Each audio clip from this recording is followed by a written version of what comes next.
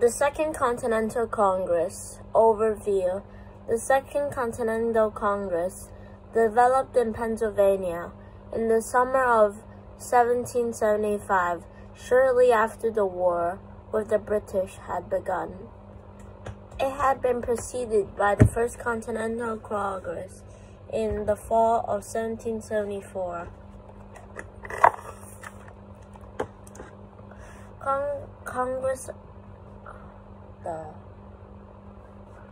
Congress appointed George Washington as the commander of the Continental Army, authorized and raising the army throughout conscripts. On July 4, 1776, the Congress issued a Declaration of Independence, which the first time a cent colony intentioned fully independence from its mother country. The Congress established itself as central government, moving under the authority of Article Condemnation, which remained in force until 1788. Fighting the Revolution War. In April 1775, at Lexington Courthouse in Massachusetts, the war began, with British and North American colonies broke out in order to direct war efforts to begin collaborating and constituting in the government that would emerge the place of the British rule and delight from 13 colonies conventional in Philadelphia and the summer of 1775.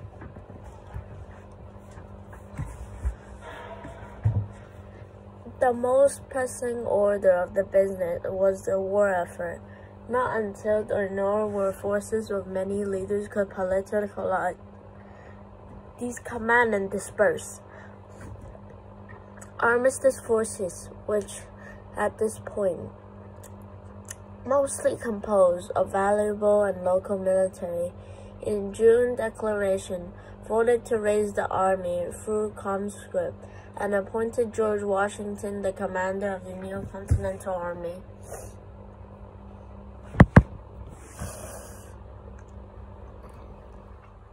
Radical and conscript.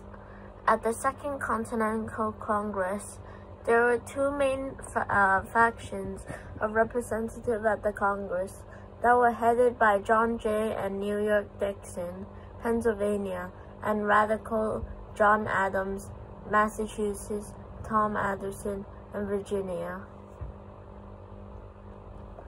In Continental Conscript, still believed to be radical with British, possibly, and on July 5th of the Congress authorized the Oval Branch of politicians, which represent one final attempt to negotiate armistice with the colonies loyal to the Crown. However, the following day, Congress issued the Declaration of Causes of Unnecessary of Taking Arms, and which explained the justifier of 13 colonies. And more to the Senate, this had affected the individual oil branch, the oil branch with the British Summit rejected. Though these ideas, conscripts continued to debate throughout Congress. At the battles of Lexington and Cornwall, the sub-siege of Boston pushed many declaration of radical camps. Declaration of Independence. The Second Continental Congress assumed the normal functions of the government, appointing ambassadors, issuing paper currencies, and raising the Continental Army conscripts, and appointing generals to lead the army.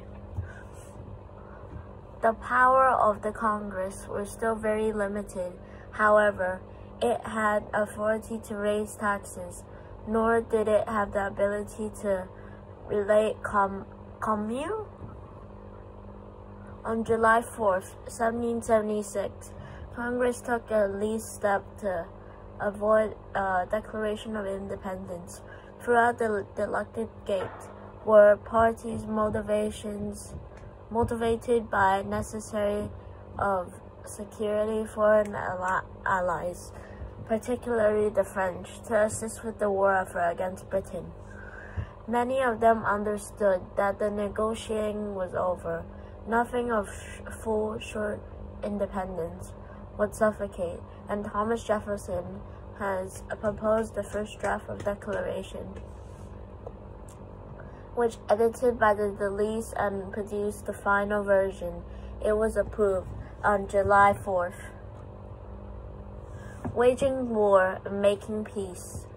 In the declaration of the SOAR, in the declaration of the war effort, they are looking for a head and the end of the war as the government of the British rule. What of the government should look like, a legislation of the citizens, and most importantly, what would check out and prevent another raising of the attorneys. After a few months, financial debt, and November 15, 1770, the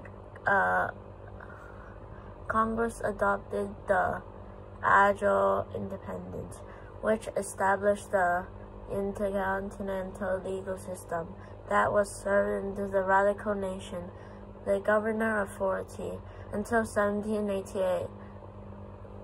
The Continental Congress effectively transformed a collection of despots colony into a country, functioning central government, and the Article Constitutional for self-conscript of the new United States until 1789. What do you think? In your opinion, what was the most important decision of the Second Continental Congress made? What was the debate of the Congress?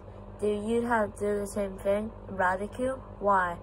What was the significance of the Declaration of Independence? Let me know. Comments below. Peace.